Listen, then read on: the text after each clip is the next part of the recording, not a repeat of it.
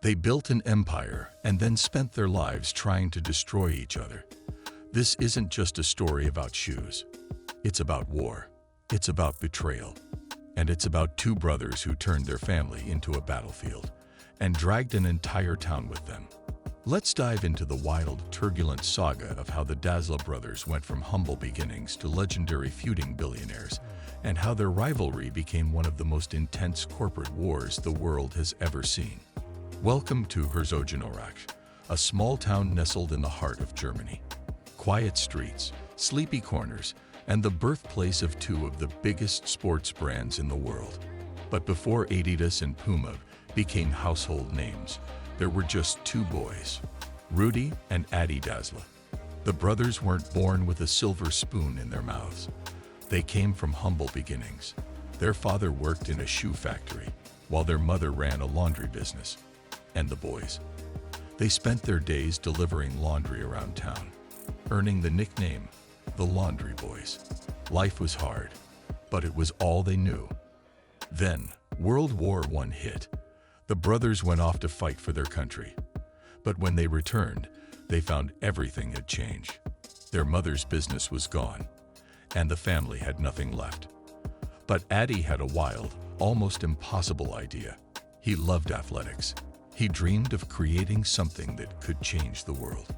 So he took the most unlikely of places, his mother's old laundry shed, and turned it into a makeshift shoe workshop. He didn't have materials or money, but what he did have was grit. Adi scavenged leather from old military gear. He used parachute cords to stitch the shoes together. He even rigged a bicycle wheel to power his tools. And somehow, the shoes were good, really good. Rudi, his younger brother, was louder, bolder, and a natural salesman. While Adi made the shoes, Rudi sold them. And in 1924, the Dassler brothers' sports shoe factory was born.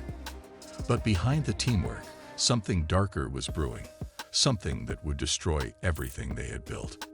Germany was changing. Fast. Hitler had risen to power. And with it, sports became a matter of national pride. The Dassler brothers saw an opportunity. But it wasn't just about business, it was about survival. So both brothers joined the Nazi Party. But there was a difference. Rudi was the one who seemed to believe in the ideals of the party, while Adi, he stayed silent. He didn't resist, but he didn't embrace it either. Then, the 1936 Olympics in Berlin arrived. The world was watching. Adi, with his heart set on success, had a bold idea. What if Jess Owens, the African-American sprinter, wore their shoes? It was a dangerous move, especially considering Hitler's vision for the Games, an event meant to showcase Aryan supremacy. But Adi didn't care. He met with Owens personally, gave him a pair of handmade spikes, and the rest is history. Owens went on to win 4 gold medals in Adi's shoes. Overnight, the Dassler brothers were on the map. But success didn't bring them closer, it tore them apart. What was once a shared dream was now the fuel for a bitter feud. World War II hit, and the factory shifted to producing boots for the Nazi army. But tensions were rising between the brothers. Rudi thought Adi was trying to edge him out, and Adi thought Rudi was reckless. The air grew thick with distrust, and it all came to a head one night during an air raid. Both families scrambled to the basement for shelter. As bombs fell around them, Adi muttered, "Those bastards are back." Rudi, paranoid and angry, assumed Adi was talking about him. That was the breaking point. After that, things took a dark turn. Rudi was drafted to the front lines while Adi stayed behind to run the business. Rudi's paranoia grew. He accused Adi of betrayal. And in a shocking moment of desperation, Rudi did the unthinkable. He reported his own brother to the Nazis. Adi was detained and interrogated but survived. Rudi, he wasn't so lucky. After the war, the Allies imprisoned him for his Nazi ties. When he was released, he blamed Adi for everything. Rumors started circulating that Rudi had tried to sleep with Adi's wife, that Adi had sabotaged Rudi's release. Whatever the truth was, the brothers were done. In 1948, the Dassler brothers split the company. Adi renamed his brand Adidas, and Rudy called his new company Puma. The war between brothers had just gone public. Herzogenaurach would never be the same. The brothers, now bitter enemies, divided the town in half. Adidas and Puma set up shop on opposite sides of the river. But the divide wasn't just about businesses. It ran deeper. It became a matter of loyalty, a test of allegiance. People couldn't work for both companies, marrying across the divide. Forbidden. Friendships were torn apart as children from Adidas families were kept away from Puma kids. The rivalry was passed on from one generation to the next, like a blood feud. It got so intense that even the mayor, caught in the middle, wore one Adidas shoe and one Puma shoe. He tried to keep the peace, but in Herzogenaurach, peace was a myth. People didn't make eye contact anymore. Instead, their eyes dropped to the ground, checking shoes. It was an unspoken rule. Your footwear showed your loyalty. Herzogenaurach became the town of bent necks. The quiet tension was everywhere, and there was no escape. But even in a town divided by hatred, something miraculous happened in 1954. The World Cup. Germany reached the final. And who was outfitting the national team? Adidas. Adi had designed special football cleats with adjustable studs, perfect for wet conditions. When the game started, the rain poured down. The Hungarian team slipped. But the German team, in Adi's shoes, stayed firm and won. It was called the Miracle of Bern, and Adi's shoes were the secret weapon.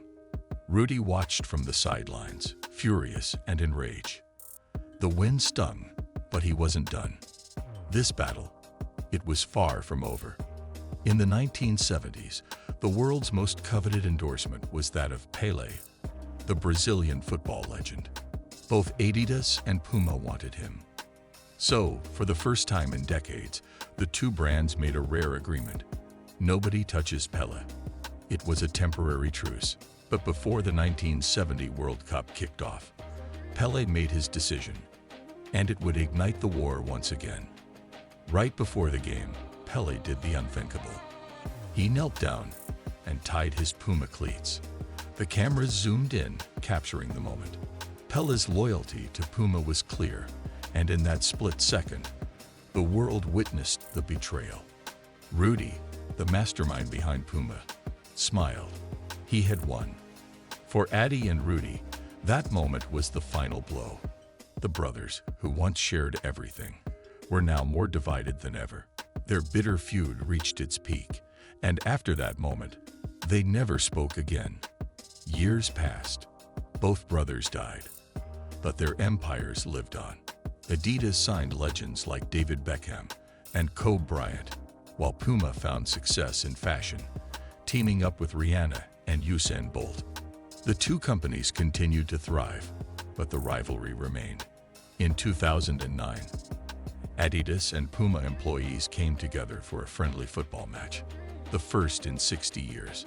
But even after all this time, the river still divides Herzogenaurach. The shoes you wear still say something about where your loyalty lies. They started as brothers. They ended as enemies. And they built two empires that changed the world forever. All because of a dream and a feud. So now, it's your turn. Are you Team Adidas or Team Puma? Drop your thoughts in the comments. And if this story blew your mind, smash that like button, hit subscribe, and get ready for more untold stories that shape the world. Catch you in the next one.